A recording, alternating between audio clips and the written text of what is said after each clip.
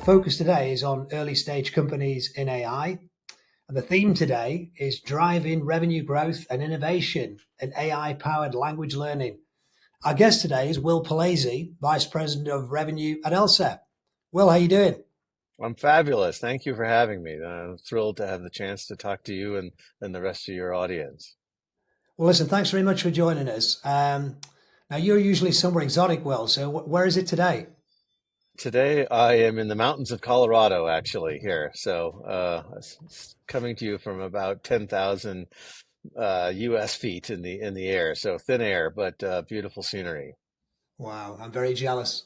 Well, I'm in the north of England in Manchester, and the only thing I've got to tell you, Will, is it's not raining. So, woohoo!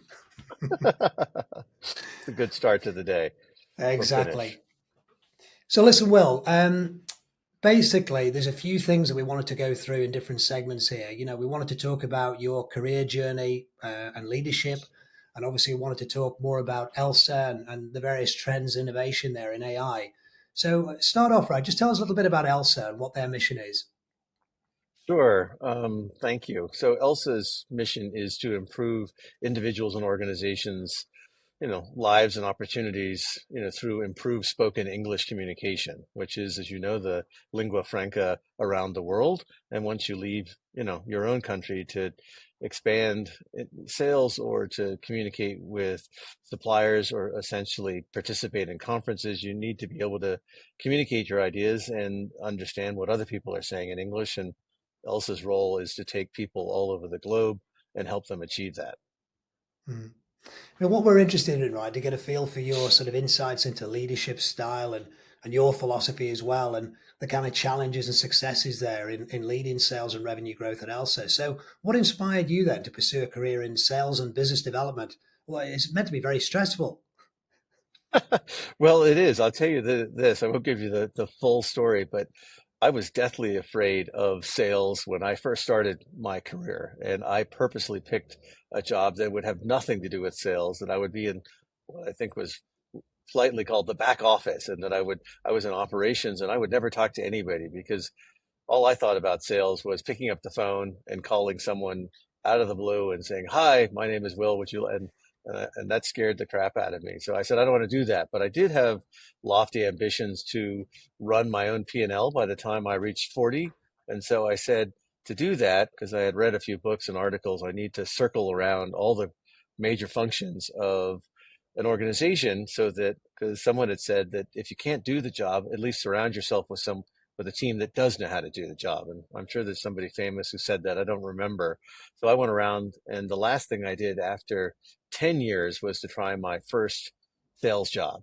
But I was, essentially 30 before I had the confidence to do that, to take on a quota carrying role where 50% of my income was based on results. I achieved 80%, which felt horrible. I was going through pipeline reviews with my wife. It felt like on a weekly basis because she was trying to forecast how much money we had. So I learned a lot of lessons in that process. And I think it gave me an appreciation of what it felt like. And so my philosophy now is much more about empathy and vulnerability and trying to speak to the person that I'm leading and not get completely hung up on the process, and the metrics are key in all those steps, but in the end it is a real person, and I remember what it felt like to be that person. And so I don't have a photo up on my desk, but I do have a mental image of what that was like, and try not to lose sight of that, because you get into the room, someone's not doing well,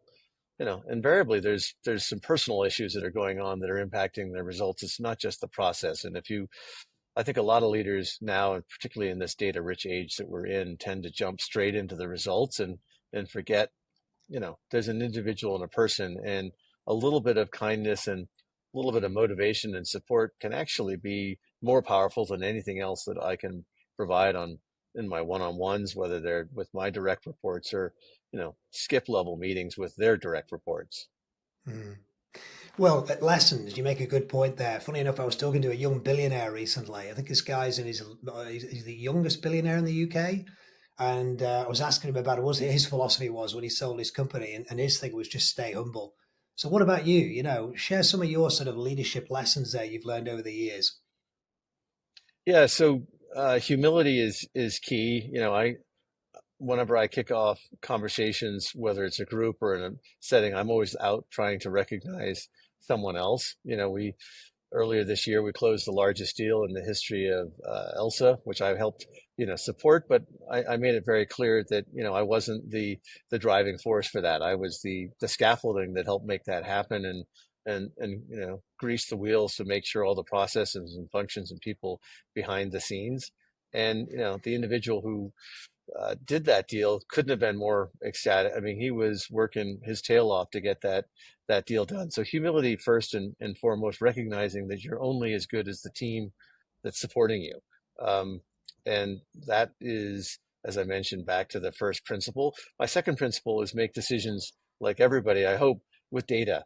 If you don't have data, you can't have a meaningful conversation. If someone isn't ready to have a conversation based on data, I will kindly ask them to, postpone and and come up with another opportunity and time to meet with them when they do have that information, because uh, information or decisions made on hunches or assumptions are deadly and dangerous in this day and age. So I don't like to do that, and I really try to foster the collaboration. One thing I've worked a lot on here at ELSA and everywhere is I do mostly international global roles and with people in different countries and cultures, and there's so much to be learned by each other and not from me. And so getting people to be open, to be vulnerable, and to share what they're learning, um, and learning from each other and learning from failures as much as successes has a huge amplifying effect. And I find that getting together with people, which is still important in this age of digital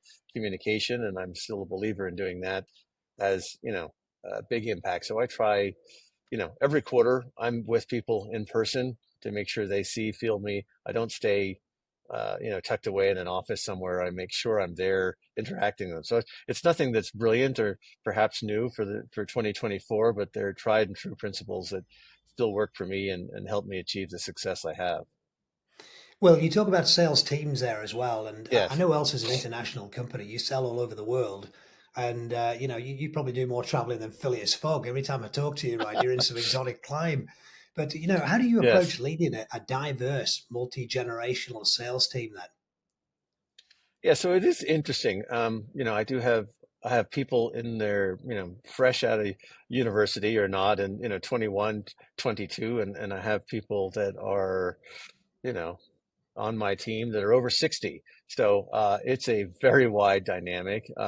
One things that I've learned along the way, I learned this at Udemy as well, is you have to change your language and be very thoughtful about the language that you use, because you Yeah. date yourself, or sort of place yourself out of the frame of conference or reference for your teammates if you don't use current things. So it takes a little bit of, I don't know if the term is code switching or what they have, but it is to talk in the language and use references that appeal to people in the 20s and 30s. And then you have the cultural context. And yes, doing business in Japan, in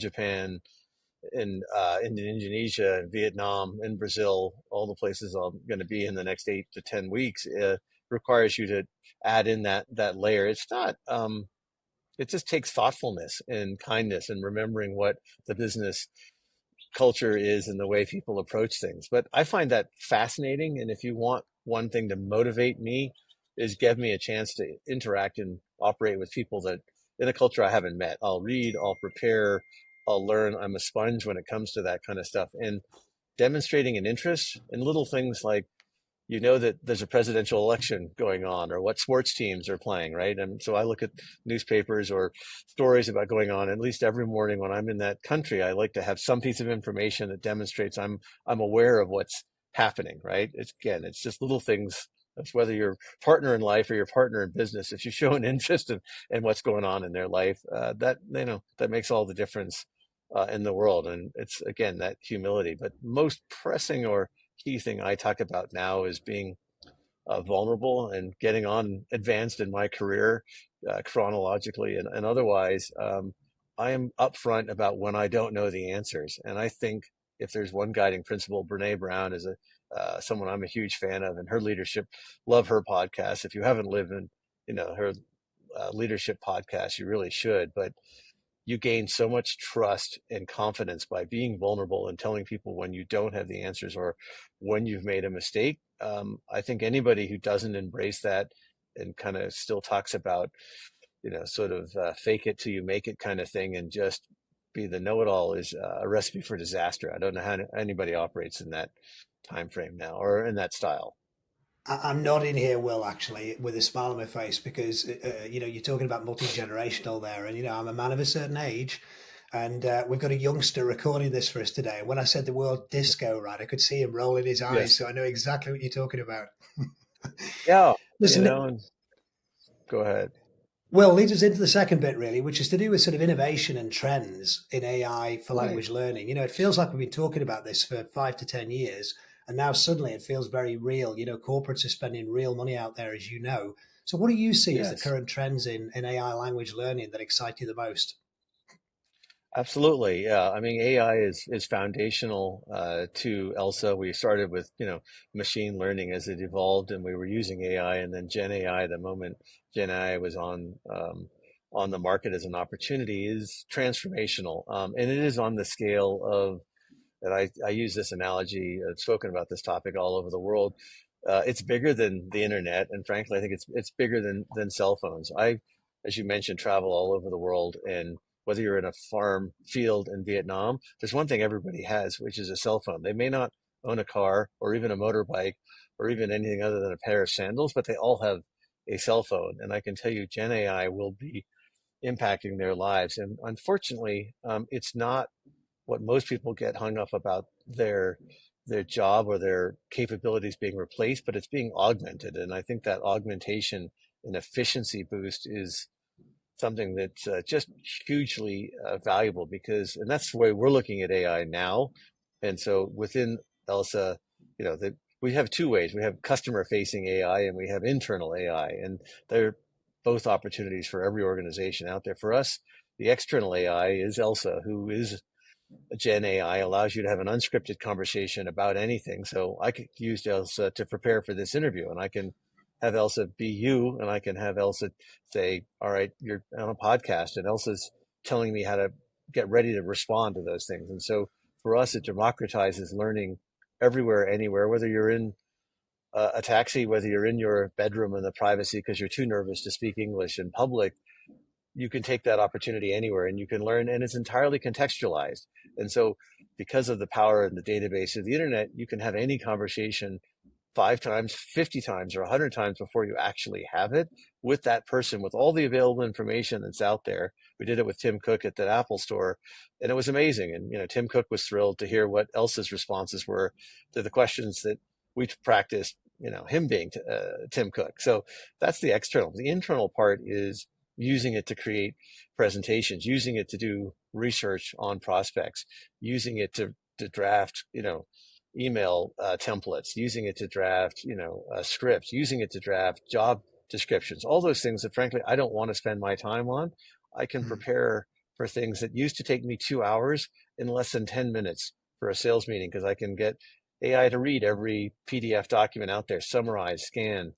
Um, would I be better off spending 2 hours consuming all that information? Yes, but there are limits to the amount of time and effort in the day. And I think, yes, it is scary, but the internet was scary. Social media was scary. Dive in, and Gen AI will make your life easier. There is an mm, opportunity every day to outsource something to your personal assistant in a way that was unthinkable. And it mm. applies in so many aspects of your personal and professional life. I personally couldn't be more excited about it, but I do realize there's a lot of people that are coming at it from a fear, and a little more education, a little more understanding, I think will help them understand that this is a huge boon for them personally, professionally, and for their organizations as well. Will, what sets ELSA apart, do you reckon, from other language learning tools? There's lots out there, and we're headhunters, so obviously we can't run with the hare Yes, in the hounds. We have to pick our winners, and obviously, right. you're our business partner. But what do you think sets you guys apart from the competition? Yeah, there's three things. The first is, our large language model is trained off of millions of hours of recorded voices, and so we understand distinct differences between a Chinese person speaking English versus a British person speaking English, or French, or Russian, or Brazilian, or Argentinian, or you know, and Vietnamese, and that information allows ELSA to provide hyper personalized feedback because your pronunciation and the way you pronounce an N or a T, or where you pause or where you struggle and where you succeed, is entirely unique. And so, because we have millions of hours of data, we have more than 50 million people using ELSA around the world in nearly 200 countries. You can't recreate that database, and everything, hopefully, for all of those who are out there looking at Gen AI, right? It's about the model and it's about how you train it. And so there's a specific reason we haven't gone into French, we haven't gone into China, because we don't have a database of tens of millions of hours. And so for now, we will continue to remain, ahead of the pack because of that personalization. In 16 sentences, we can tell you exactly how good your English is, how you will score on a TOEFL test or TOEIC or whatever ITEP preference you have. No one else can do that because we have that level of data and specifics. The second is that flexibility to do those scripted conversations, whether it's you or whether it's Tim Cook or whether it's pick your leader around the world. And so executives preparing for board meetings can have a conversation with an English tutor that's live and engaging about the context specific situation they're having. That's and it's in real time. It's not laggy, and it sounds real, and it is real. And so that, and frankly, the third thing, and maybe this surprises me, but ELSA actually is a mission driven organization. We're helping tens of thousands of students in schools, governments around the world. We've partnered with the World Economic Forum. Vu, our CEO, is going to be in Africa in November. We're all over schools in Vietnam. We're doing it in Japan. We're doing it in Brazil, and making sure that we're doing it in the U.S. a little bit here. I'm since I joined 6 months ago, spearheading that. We want to make sure that we're providing anyone who has learned English as a second language the opportunity to improve their life and their livelihood, and that's in all countries, whether they're first world economies or more emerging side. And so we'll provide special programs, different pricing, because we think enterprises, large and small, can afford to help the rest of the world, and we're willing to chip in our own money as well. And so to me, that was critical because I don't want to work for just any company. I wanted to work for a company that's actually improving the world and frankly is going to leave the place a better place than they found it.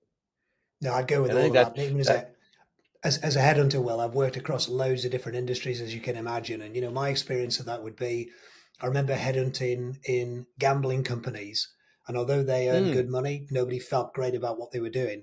right, And the organization that I was working with as a client was altruistic, like ELSA, and right. people felt a lot happier about that in terms of, yeah, we all have to feed our families, and we all want to work with good people, etc. But if you're genuinely making a difference, which ELSA are, it makes a heck of a difference, and it made it a lot easier for me as a headhunter, to get people interested in coming into the business.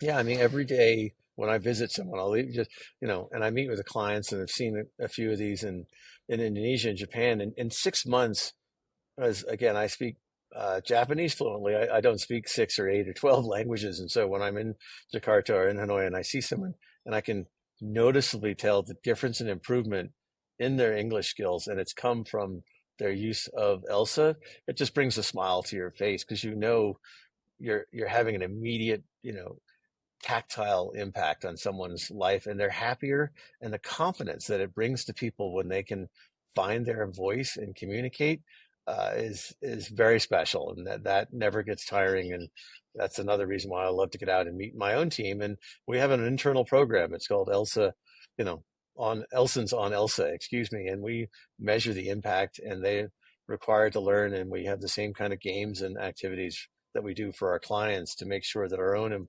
employees embrace the program and embrace the impact that we provide to schools or organizations around the world. Excellent. Well, you're talking about talent and improving that talent as well, which kind of takes me into the next bit nicely. Strategic hiring, talent management. How important do you think strategic hiring is in achieving ELSA's goals? I mean, it's critical. One of the first things I did that you helped me and your rare executives helped me with is I took on this role of, VP of revenue, and I didn't have the team in place I needed, from a revenue operations perspective, from a marketing perspective, from customer success. And so the first thing, again, back to that first principles of surrounding yourself with a team that can help execute is I needed the people to do that because with a team of nearly 80 people, I need strong leaders who at a functional level with global experience can actually be my eyes and ears and have my back and again have the ability to execute on my vision as well as the overall leadership's vision. And so your firm and people providing strategic hiring are critical because time is money, and that's another tired expression, but I think it still applies in 2024. And so if another month goes by where I don't have an executive in place, that's costing me real money and the company money, and that's impacting our future growth. And I don't think everybody recognizes the cost of slowly finding the right people. It doesn't mean that once you find the right candidate, you don't do a very thorough vetting process, but frankly, the top of the funnel process and finding the right people, doing that first filter is critical, right? And you're providing that service, and I'm happy and glad to pay for that value and that impact because that's not time well spent on my part, but it is well spent on your part, and you bring me candidates that I can quickly move into into my hiring pipeline and into the process, and that's invaluable. Well, it made me smile there because I remember talking to an old guy in the early part of my career, and he said, "Listen, there's a Chinese curse. I wish you many staff." Words like Right. chasing cats, etc. But obviously, we're all Right. scaling up our businesses, and we know really that people are the difference. So, what qualities do you look for in candidates when you're building your team? Yeah, great question. So, first thing I look for is obviously, domain expertise. And when I mean domain, I mean the skills, right? So I fundamentally believe that if you understand customer success, you understand revenue operations, it's not industry specific, but you do need to know the skills. So when you're hiring in a leadership position, this is not a time to learn on the fly. I'm looking for people who've been there and done and that, and at least once, maybe twice, and been there, done that. In many cases, is revenue driven. Have they gone from 1 to 5, 5 to 10, 20 to 50, 50 to 100, what have you? But that's first and foremost. Second is someone that has that same belief in sort of humility. They don't have to be quite perhaps as vulnerably oriented as I am, but I need someone who recognizes. And in the interview, I look for people to tell me what they know, and more importantly, what they don't know. And if people are willing to share up front where their gaps are, they earn a lot of points in my book. And the third is biased towards action. Um, there are, what is it, Bezos that talks about, the one-way door versus the two-way door. If I've got the reference wrong, we can edit it out later. But most decisions we make are two-way, right? They can be reversed. They can be canceled. They can say, well, that was a terrible idea. We're going to shut that down. There are very few decisions like they say, what was it, spark, burn the boats where you can't get back. And so what I want someone to say is, well, this week, well, these are the decisions I made, letting you know what they are. Do you have any, you know, strong aversions to any of them? I also am quite clear to people, say, if you need a decision within 24 hours, send me a message. I don't respond. I give people very clear criteria. Execute. That's my fault. I didn't give you the direction you needed. And again, in most cases, it's not irreversible. But I want someone at the end of the week. I literally haven't had to check in with them all week. They've come to me when they need me. I need that independence and confidence to execute without me. And that's who you've helped me and I've, surrounded myself with, is because I don't have the time to go back to sort of day-to-day conversations. I need to give general direction and know that they have my back and that we're all, executing on the same strategic plan. Yeah. Listen, I know the economy goes up and down, and obviously, it feels for me like a recruiter, like we have our finger on the pulse a little bit because of the barometer for me is who's hiring, who isn't hiring, and It felt like during COVID, a lot of people got made redundant. After COVID, it Hmm. felt like companies overhired. And at the moment, it feels like Yeah. there's a sort of correction there, and I don't know whether it's driven by economic recession or credit crunch or whatever. And, a lot of our clients are early stage AI companies, and, some of them have burnt through the cash, and it's a lot harder to get now than it was, say, a year ago.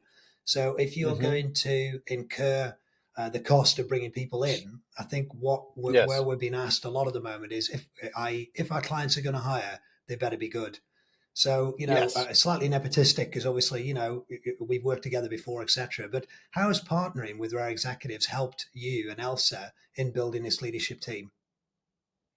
Yeah, I mean, it's you've helped because I have you've done it before. Obviously, you brought me into this organization, so I obviously think you've done a great job because, and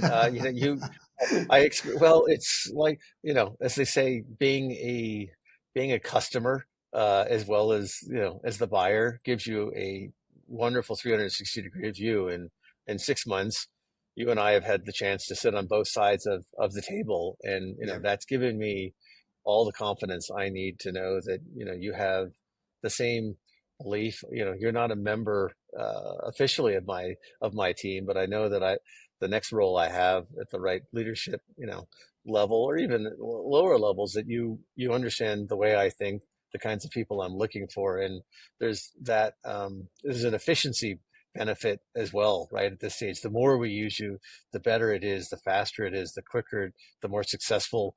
It takes you less time, it takes us less time. And so, I would strongly recommend that, you uh, people tend to say, well, I'll have five, I'll have 10. They have too many partners, and they have too many agencies that they're working with, and they split that effort and focus. And I think ultimately but you know quickly, you finish half of my sentence before I say it in terms of the experience I'm looking for, the skills I'm looking for. And then, on average, if you send me four people, at least two, maybe three, some cases even four of them are all candidates that I want to speak to. So, that to me, again, speaks volumes to the fact that we're very aligned. It doesn't mean necessarily I'm going to hire them, and I don't always hire them, but I know that I'm not wasting my time. And again, that time is so valuable. And so I don't want to interview people that, aren't a good fit. And so developing that trust, that consistency, and the ability for us to finish each other's sentences, which might be a little strange for a recruiter and a chief revenue officer to say. We're not dating, but I think it just, again, it's the same approach I have with someone who works directly for me. You and I work in the same manner, and that's invaluable. No, thanks for that. I think a lot of it comes with experience as well, Will, and obviously, I'm an old dog. I've been doing this a long time, but I think most clients want the best people from their sector. And there's nothing clever about trying to find them because we all have LinkedIn. It's knowing what buttons to press to get people who are Yes, employed and successful to come to take ELSA seriously. And ultimately, if an offer is made, to accept that offer. And also, yes, nobody wants to pay a recruitment fee unless you really have to. But if you're right. desperate for good people, if we have great candidates, if you just haven't got the resource yourselves or whatever, obviously it has its place, and obviously it's really cost effective when you get the right people, and it's really costly when you get the wrong. So I know what you're saying. Listen, leads nicely into the last section, really, which is the kind of future Sure. of AI and language learning. You get to be the guru now. So, what do you see then as the biggest opportunities and challenges in the AI language learning industry? Oh, I mean, one thing, obviously, it's getting very crowded. I mean, you're getting to the point where, on we don't do it on this call, but I have six people on a Zoom call, and I have six AIs listening in and summarizing information and distilling it. And so, there is an issue around security of where that information goes and how it's used that needs to be thought of. AI does need uh, guardrails. I am a believer in that, it should be a human first approach. It doesn't mean that we won't have mistakes and things will go wrong, but I do think policy, and I think whether it's at a company level first and foremost, which we have, but also at a government level and a global level, is something that we need to think about, because this is on a stage that's unlike anything else that we've gone. And if we don't put the right frameworks in place and try our best and understand there'll be problems, things will go wrong. I won't speak things how badly they could go wrong, but they will. And AI will not only be used for good. We've seen it with deep fakes. We've seen it with models get trained, misogynistic, racist. There's all kinds of problems. I've heard terms much worse than hallucination used for AI. It's a Yeah. new technology. We are at the very beginning, and so people need to be patient and be prepared that all kinds of false information will be used. And, but that was no different than when the internet came out and everything else. And it's just something we need to do. But AA only gets better with people leaning in and being involved. But it is going to get more interesting with the evolution of, you know, avatars, and where I'd call AI gets to be more humanoid like. When if you talk about the combination of AI and robotics, and then that becomes fascinating, and I'll be honest, a little bit terrifying, because if you can take that comprehension and then make it mobile, and it's in a store, it's on a golf course, it's in a meeting with you, at some point, can a version of me be somewhere else, so I could actually be in multiple meetings and somehow, I mean, there's really extraordinary things coming to play here. But I think it will help us, solve diseases. It will help us solve environmental challenges. It is unrelenting 24 hours a day, getting smarter by the minute, if not the second. And so that to me is amazing. I think we will all be better off because of it, but it will be a bumpy ride, and everybody needs to buckle up and be ready for that. So, but on the language side, it will become the norm. And I think the way schools teach, and to bring this back to ELSA specifically, has to evolve. And most schools are still sitting with teachers at the front of a classroom with 20 people. And fundamentally, you cannot learn to speak a language on a 20-to-1 ratio. It's a 1-to-1 activity. And so when that way of learning evolves, and AI is the only way that each of those 20 students can actually learn and get better, the speed of which language learning will happen will dramatically improve also. And so, I don't know, teachers, they're going to have to find a way to elevate their game and focus on something else, because they can't, you can't teach 20 people at one time with, conversations. That doesn't work, right? So that part is broken. AI solves a problem, but it does create one for teachers, because that's something that they're going to have to evolve and think differently. I don't have an answer for them, but that part of the curriculum has to evolve, and uh, they've got to figure out a new added value to share. Yeah, the future is certainly exciting, and it kind of feels like it's here. Well, like I said at the start, we've been talking about it for a long time, but I don't know whether it's FOMO or whatever. But suddenly, corporates are spending real money on this at the moment, right? And you can see the impact of it on all our lives. Well, to summarize, we talked about your journey and your leadership. We talked about innovation and trends there in language learning. We've talked about strategic hiring and talent management and the future of AI and kind of language learning. So, kind of last thought from you, really. Any advice for aspiring leaders in the AI and fintech industries? Um, as an aspiring leader, a couple of things that I do is never stop learning. Never believe that you're the smartest person in the room. Be a voracious consumer of information, and be insanely curious. Always be curious and come to it with that attitude. And maybe Ted Lasso is the one making it all very popular again, but curiosity really is so important in approaching a challenge and getting into an understanding of the why of a situation. And that's the last thing I'll leave. That I think somewhere around in my mid 20s, someone taught me this lesson about saying two simple words that I think about every time I hear a conclusion or I see a slide. So what, right?